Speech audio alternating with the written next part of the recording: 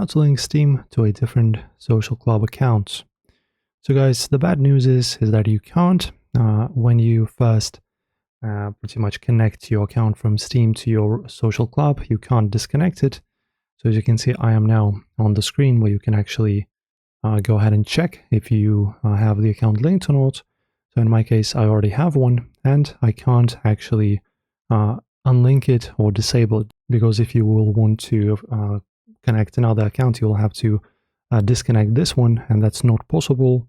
It's already checked by me, and the only thing that you can try doing is send them a message, and maybe they will respond, and maybe they will want to unlink your account.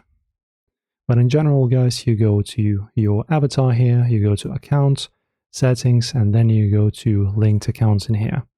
If you wish to send them a message, you go to the support and just pretty much send them a ticket, and maybe hopefully they will assist you and help you out with switching to a different account. So you just submit a request in here, choose account settings, and linking unlinking accounts. And in here just type in your pretty much message to them, submit a ticket in here, and press on submit and wait for their response. So guys, that's pretty much it guys for this video. If this helped, don't forget to like and subscribe.